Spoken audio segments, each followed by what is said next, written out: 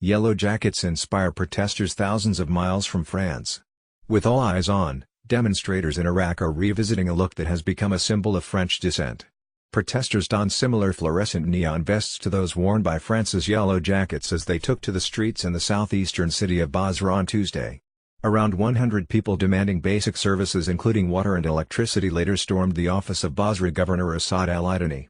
Iraqi security forces responded by firing live ammunition, but no injuries were reported. Such garb has become that as opposed to President Emmanuel Macron's economic reforms. A proposed hike for gas and diesel taxes has triggered sometimes violent protests in Paris in recent weeks. But Naqib Louaibi, an organizer of the protests in Basra, told NBC News that the choice of clothing worn by the Yellow Jackets was familiar to Iraqis. Demonstrators speaking out against government corruption dressed similarly in 2015, he said. "We thought that we would be more organized if we wear these vests," Louaibi added. The latest round of demonstrations in Basra began in June with residents demanding improved public services. Events escalated as a water contamination crisis meant that more than 102,000 people needed medical treatment.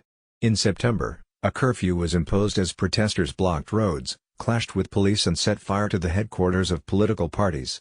As the Yellow Jacket revolt in Paris reached a violent peak on Saturday, Louaibi said he and his fellow activists were reminded of the neon vests they once wore and decided to put them on again.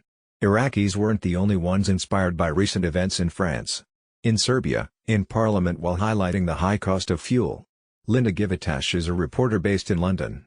She previously worked for the Canadian Press in Vancouver and Nation Media in Uganda.